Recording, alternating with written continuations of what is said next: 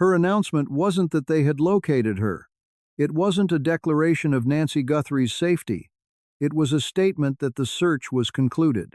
And if you grasp the implications of those 5 words, especially coming from a former FBI special agent who has followed this case from its inception with absolute precision, then you see immediately why that single phrase is the most critical update offered to the public in 41 days.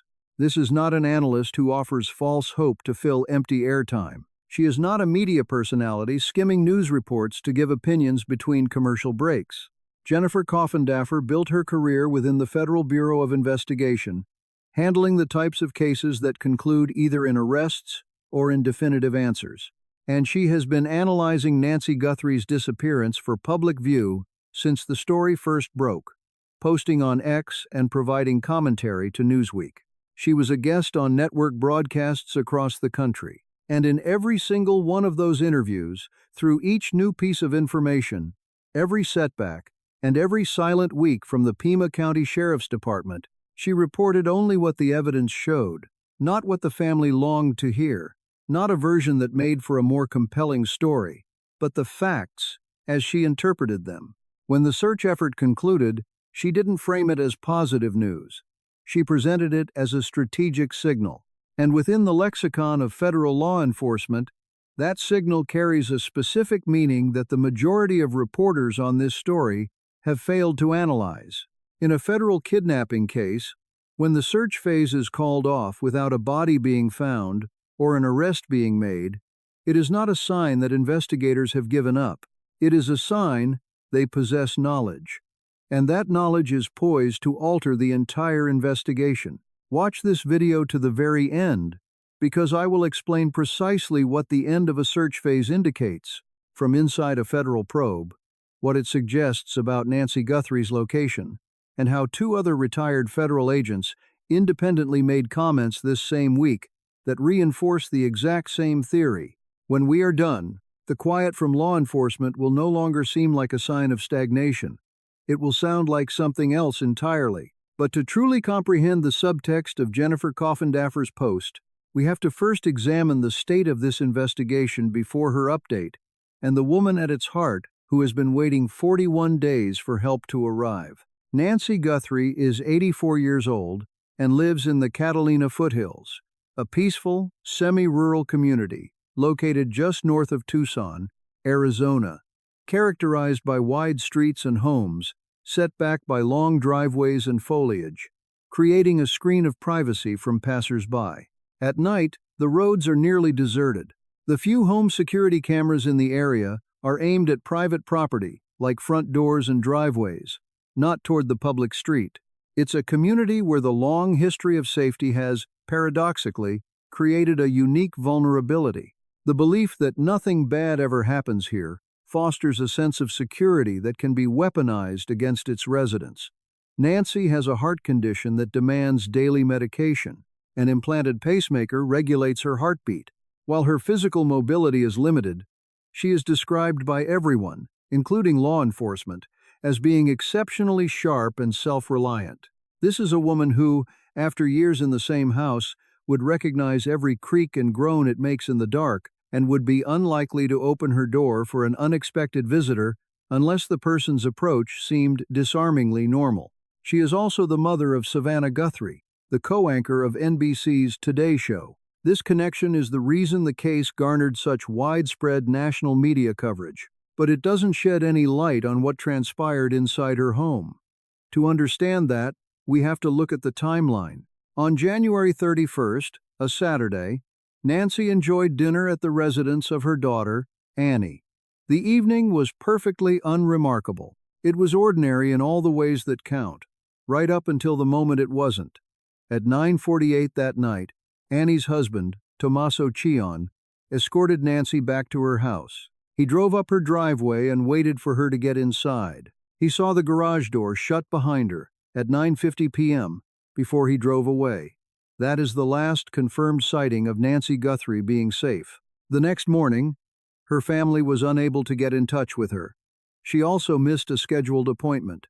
When deputies were dispatched to the home, It was immediately clear that this was not a case of an elderly person wandering off. There was blood discovered on the front porch, which forensic analysis later confirmed was Nancy's. Her nightly medication was left on the kitchen counter, untouched. Her hearing aids were left behind.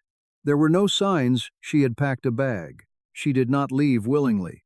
And at 1:47 in the morning, her Ring doorbell camera had stopped transmitting. This wasn't due to a power outage.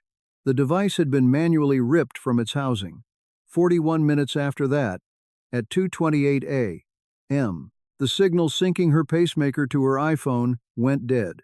The FBI joined the investigation. A dedicated task force was formed, and a tip line was established.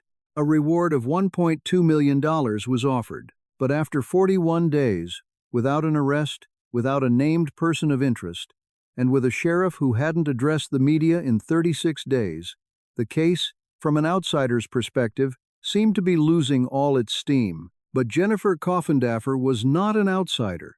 Jennifer Coffindaffer is a former special agent with the Federal Bureau of Investigation. In the media's handling of sensational cases, that credential is often loosely applied to individuals whose federal histories were short-lived, inconsequential, or decades out of date. That description does not fit Coffindaffer. She operated within the very institutional framework that is, at this moment, hunting for the person who abducted Nancy Guthrie from her own home. She knows the anatomy of a major federal probe, how investigators signal progress while shielding their tactics. She understands how the public cues from a case nearing its conclusion are fundamentally different from those of a case that is going cold. Her entire career was spent mastering the art of interpreting that difference. And for 41 days, she has meticulously analyzed this case in the public eye, never once outrunning the available evidence. When the mystery vehicle seen on a Ring camera around the time of the abduction remained unidentified by authorities, she stated unequivocally that this was a point of concern. She didn't downplay it. She didn't entertain the idea it was insignificant. She labeled it for what it was. When Sheriff Chris Nanos publicly acknowledged the DNA complications in this investigation, she discussed them plainly, without the optimistic spin that often attempts to reframe bad news. When the case went silent for weeks on end, she refused to offer false reassurances to fill the void.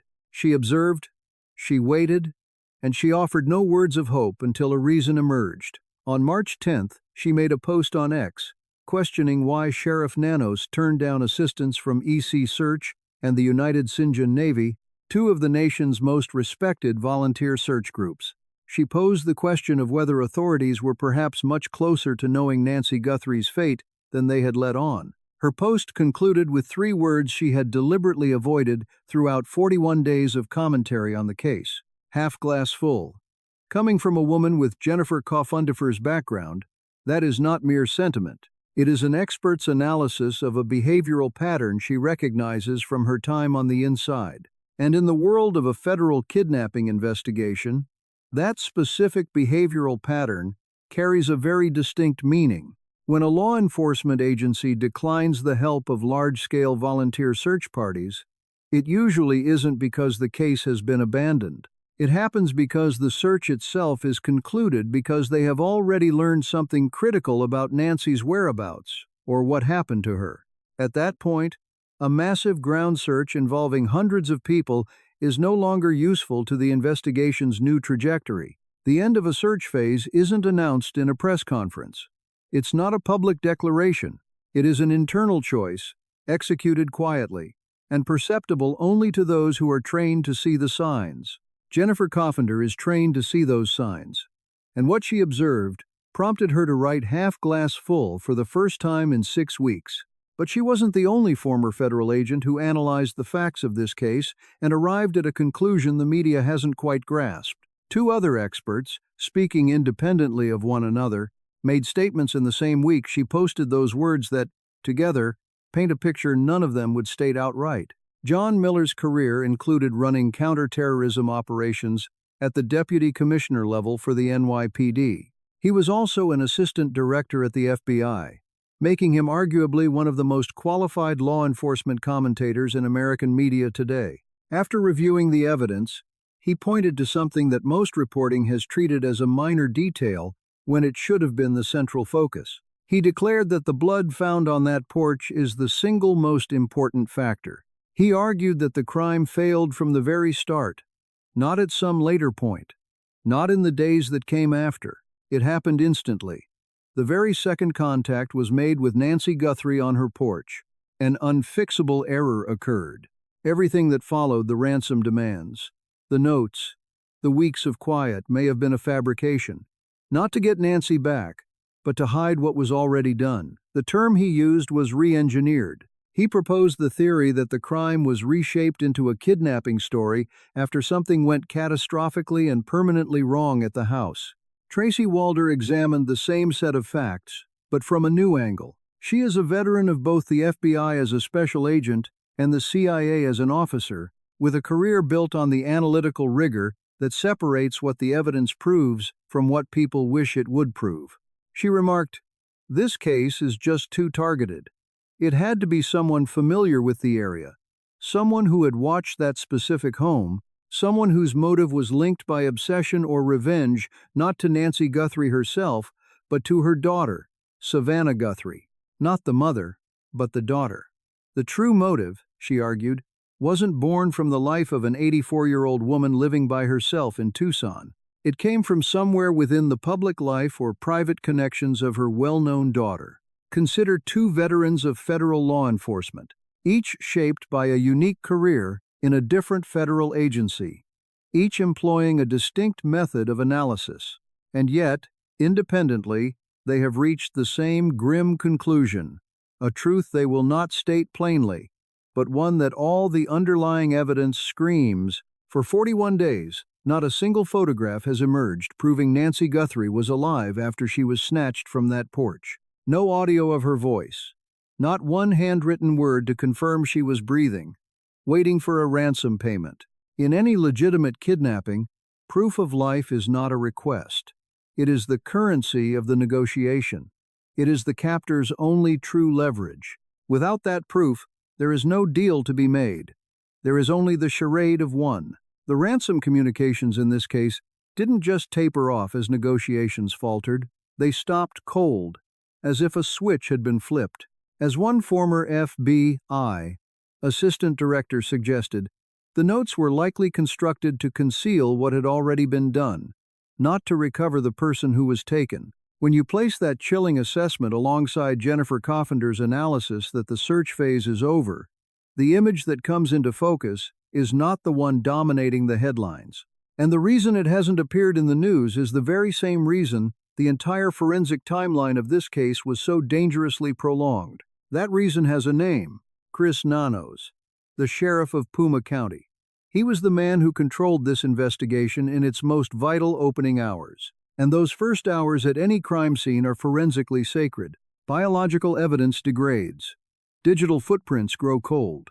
The chance to recover the fragile material that time and exposure will inevitably destroy is at its peak in those initial moments. And every decision made either fortifies the case or poisons it from the start. Nanos released the crime scene in less than 20 hours. The established federal protocol for a kidnapping with active biological evidence demands a scene be held for a minimum of 48 to 72 hours. He cleared it in under 20. Everything his team might have missed on that porch or inside that home was immediately surrendered to the harsh Arizona environment. The DNA that they did manage to collect was never sent to Quantico. It was not delivered to the FBI's premier forensic laboratory, the one facility in the nation built to process the most complex evidence from the country's most significant federal cases, was simply bypassed. The samples were shipped to a lab in Florida. That single choice triggered a cascade of delays that rippled through the entire investigation, with consequences that public records can't begin to quantify. When FBI agents presented findings that ran contrary to the sheriff's public statements, he went on national television and openly refuted them, in the middle of a live federal kidnapping case for the whole country to see. The last time his department held a press conference was February 5th. An official silence of 36 days followed. During that time, A desperate family stood before news cameras begging for information, while a suspect moved freely, protected by the very forensic delays and jurisdictional chaos that had been created. But his troubling history didn't start here. Go back to El Paso, 1976. At just 20 years old, he joined the police department and began to collect suspensions at a pace few officers could imagine. Over a 6-year period, he racked up 37 days of disciplinary action. But the event that ended his tenure there was not a matter of procedure. He kicked a suspect in the head with such force that the man ended up in the ICU. He was forced to resign. He concealed the resulting gap in his work history by fabricating 2 additional years of experience on his professional record. He eventually forged a new career in Tucson, climbing the ranks to become the sheriff of the county where Nancy Guthrie lived alone, in a quiet neighborhood where she had every reason to feel safe. This is the exact work that Cold Case Files USA was created to do, to dismantle the official narrative piece by piece, until the truth buried beneath it is finally brought into the light. If that is the reason you are with us tonight, then subscribe right now and hit the notification bell. Because every credentialed expert looking at this case believes a major development is imminent, and you need to be here for the full analysis when that story breaks. Nanos created roadblocks. He manufactured delays, but the FBI meticulously worked around every single one. And for 6 weeks, in the very space he created, the Bureau has been building a case along multiple forensic and digital tracks, all running in parallel. The end of the official search is just one sign of what they've found. There are other signals, and every one of them is pointing to the same conclusion. The investigation's forensic strategy isn't a single line moving toward one answer. It's a multi-pronged approach. Numerous threads are advancing simultaneously, each engineered to arrive at the same endpoint from a completely different angle. In federal kidnapping cases, that architecture is deliberate. When one line of inquiry meets resistance, the others advance without pause. When one source of evidence is challenged or lost, the case doesn't die. It pivots. In the Nancy Guthrie case, every active line of inquiry is now leading toward one single conclusion. The DNA evidence recovered from the scene was beset with known complications from the outset. Sheriff Nanos acknowledged these issues publicly, a remarkably candid move for an active federal investigation. But acknowledging complications is a far cry from hitting a dead end. They represent a setback, not a stop. The DNA analysis, now rerouted through a lab other than Quantico, continues to move forward. Those findings have not been made public. In a federal prosecution, when DNA results are released prior to an arrest, it is either a strategic maneuver or a leak. Results that are kept confidential are being held for a very specific reason. That reason, invariably, is that they are about to be put to use. A completely separate line of inquiry is underway. Focusing on cell tower analysis, this is the angle that has received little public attention. Yet it has the potential to be the most definitive. Cell towers log a device's presence without any phone call ever being made. A phone that is merely powered on within range of a tower pings its location, creating a time-stamped registration. This data is stored and becomes accessible to federal agents who have secured the correct warrant. The purpose of the cell tower data in this case is to answer one precise question. What phones were active in the Catalina foothills area between the evening of January 31st and the pre-dawn hours of February 1st? An answer to that question exists. It resides within a database. And for 6 weeks, investigators have been working to uncover it. The trail of the suspect's clothing is another avenue that has remained almost entirely out of the public conversation. The individual seen in surveillance footage near the time of the abduction was wearing a very distinct set of clothes. Federal agents have painstakingly traced that clothing back to its points of retail sale. They have secured purchase records. They are systematically comparing that information against the suspect's physical build, the geographic locations of persons of interest, and the specific timeline of purchases made in the weeks leading up to February 1st. A retail purchase made with cash still creates a transaction record. The cash register logs the time. The store's security camera records the face of the person making the purchase, and if a digital payment was used at any step in the process, the information trail does not stop at the cash register. It leads back to a person with a name, an address, and a pattern of life that a federal subpoena can follow all the way to a person's doorstep. For more than a month, Annie Guthrie's blue Honda CR-V was impounded in a federal evidence lockup. The vehicle has now been returned to her. Within the procedural framework of federal evidence, that return is a significant piece of information. A vehicle that is still yielding active forensic leads is never released. A vehicle that has been thoroughly combed for evidence, where the chain of custody for every extracted item is documented and sealed, is released only when that forensic extraction process is finished. The car is now back in Annie's possession, which signals either that the FBI has gathered everything it could from the vehicle and no longer needs it physically, or that the forensic examination has reached its end, turning the car into a closed file in an investigation that has advanced far beyond the evidence collection phase. Both of these possibilities point in the exact same direction, forward. This brings us to the pacemaker, the piece of evidence the public record has yet to fully account for. The device implanted in Nancy Guthrie's chest was designed to log her cardiac activity around the clock. It was synced to her iPhone, but the manufacturer's server also received these data uploads independently. This means that even if the phone was destroyed the night Nancy vanished, a separate server-side log of her pacemaker's activity still exists. That log has timestamps. It contains a trail of cardiac data that starts from the moment of implantation and ends at the exact moment the device stopped transmitting. What that data shows in the 41 minutes between 1:47 and 2:28 on the morning of February 1st has not been publicly revealed in the 41 days this case has been reported. This official silence surrounding a piece of evidence so specific and so potentially game-changing is not an accident.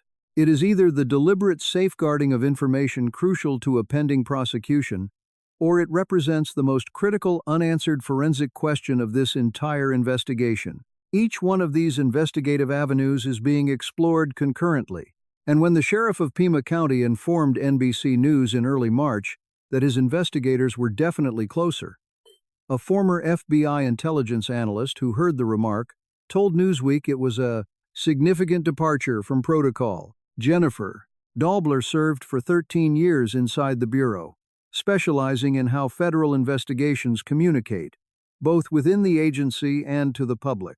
She explained that in active federal cases, law enforcement officials do not use the word definitely lightly. They rely on words like probably. They say we believe. They say we are making progress. When a top investigative official on a case of this profile uses the word definitely in a statement to the press, it is not an error. It is a deliberate choice. And that kind of choice is only made when the path forward is no longer in question. In a federal investigation, the word definitely signals that the various tracks have already begun to merge, because the destination is now known. At this stage, it's no longer about finding the answer. The focus now is on building an airtight case around the truth they have already discovered, a point Sheriff Nano made unequivocally. Jennifer Coffindaffer characterized the situation as glass half full. Moreover, the task force, comprised of 4 detectives and a sergeant working this one case full-time from the FBI's Tucson field office, has not been redirected from their mission. It hasn't been downsized. The team remains fully operational, sharply focused, and is actively pushing forward. Federal task forces are typically disbanded for 2 reasons. The case has gone cold, or it has been solved. This case is neither. It is hot, and a hot case means that the convergence of evidence is being meticulously constructed into a case that can prevail in a courtroom. The comparison Jennifer Coffindaffer drew earlier in this investigation warrants revisiting because the timeline it suggests is now acutely relevant. In November of 2022, Brian Koberger murdered 4 students from the University of Idaho. His plan was methodical. He left almost nothing in the way of obvious clues. In the weeks that followed the crime, He acted with the self-assurance of someone who believed he had left no forensic trail. But then the DNA results were returned. Cell tower data was mapped out. In January of 2023, about 5 weeks after the killings, federal agents showed up at his parents' house in Pennsylvania. They located a single cotton swab that had been thrown away in a trash bag, linked the DNA to Koberger's father, and the entire case blew wide open. Week 5. The break in the Idaho case came in Week 5. The investigation into Nancy Guthrie's disappearance was entering its 6th week when Coffindaffer wrote those words. Former FBI agent Andrew Bringingle offered a crucial insight into the way conspiracies like this one eventually collapse. He stated, "These cases break when one person involved decides they want out. One individual, one phone call. 6 weeks of intense FBI pressure, a $1.2 million reward sitting unclaimed, 23,000 tips, with 700 of them deemed credible, and multiple forensic tracks running in parallel. This combination doesn't alleviate the pressure over time. It makes it heavier. The weight compounds, and the individuals inside a criminal plot who are forced to live under that mounting pressure are making new calculations every day. That math becomes more difficult as the weeks drag on, until eventually, the numbers no longer support their silence. Share this information immediately. Nancy Guthrie is 84 years old. She requires her heart medication every single day that she has been missing. The tip line is 1-800-CALL-FBI. The reward is $1.2 million, and all tips can be provided anonymously and confidentially. If you know somebody in the Tucson area, or anyone with ties to the music scene that weaves through this investigation, or anyone whose name, phone number, or recent behavior has struck you as wrong since February 1st, share this video. One person noticing the right detail at the perfect moment has been the key to closing cases exactly like this one before. Do not hesitate. Now, it's essential to discuss what the end of the search phase truly means. This isn't about the surface-level interpretation that law enforcement has simply given up. This is the complete picture, because there are 3 layers to that statement, and the third one changes the entire landscape of this investigation. The first layer is logistical. The end of the search phase signifies that major, coordinated physical searches for Nancy Guthrie are no longer being organized or accepted. The EC search team was turned away. The United Cajun Navy was also turned away. Offers from volunteer groups with trained experts and specialized equipment were respectfully declined. On the surface, this could look like a sheriff who is resistant to outside help within his jurisdiction. But Jennifer Coffindaffer, who understands these decisions from inside a federal investigation, sees it very differently. The second layer is investigative. In federal kidnapping cases, the call to conclude the search phase is only made when investigators have obtained information about the victim's location or condition that makes a ground search functionally irrelevant. This doesn't demand absolute proof. It just requires enough evidence from the forensic pipeline, enough intelligence from tip analysis, enough data from the digital trail, and enough insight from the suspect's behavioral profile to know that dispatching hundreds of volunteers across a search area will not lead to what a ground search is intended to find.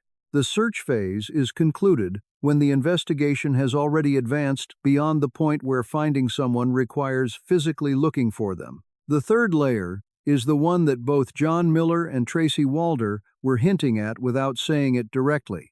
If the crime unraveled from the very start, as Miller suggested, if the ransom letters were a smokescreen to hide what truly happened rather than a tool to get back who was taken, and if there has been zero proof of life in over 41 days, if her pacemaker stopped transmitting at 2:28 on the morning of February 1st, then the end of the search phase carries a very specific meaning. It suggests the FBI may already know that Nancy Guthrie is not somewhere waiting to be found. It means the focus of this investigation has shifted from a rescue mission to a criminal prosecution. The focus has shifted from searching for a living person to building a prosecution against those who made sure she wouldn't be. This pivot is the single most critical development in this case since blood was discovered on that front porch. It changes everything. The question is no longer, where is Nancy? The question has become a legal battleground. Who did this? What is the hard evidence? And how do you construct a federal case that can repel every single challenge a defense team will launch against it? This is a fundamentally different operation from the one that opens with a missing person file. In some ways, it moves more methodically. In others, with sudden speed. And it is this new stage of the investigation that led a retired FBI special agent to write that she was hopeful for the first time in 6 weeks. The convergence of all these investigative threads is starting to form a clear picture, a picture with names in it, and those names are connected, woven together in a social web that has been visible from the very start of this case, forming a distinct triangle. That triangle connects the man who drove Nancy home to the individual who is a perfect match for the FBI's suspect profile at every turn, and finally, to the man just arrested for sending a ransom note from a private number, a number you could only have through a personal connection. Tommaso Cion has maintained absolute public silence since Nancy Guthrie went missing. Not one word. Not while his wife Annie's car was impounded in a federal bay for over a month. Not while a $1.2 million reward went unclaimed. Not while a full-time task force operated out of a federal building in the very city he calls home.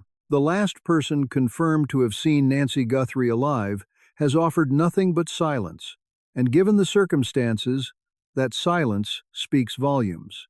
Dominic Evans and Tommaso Cion have been linked for 19 years, and Evans' physical description is damning. His body type, his height, his facial hair, the ink on his right wrist, the specific ring he wears on his pinky finger, his estimated age, every single documented detail, corresponds perfectly to the suspect profile released to the public by the FBI. He is a convicted felon, with charges for burglary and robbery on his record. His criminal past doesn't suggest one bad choice.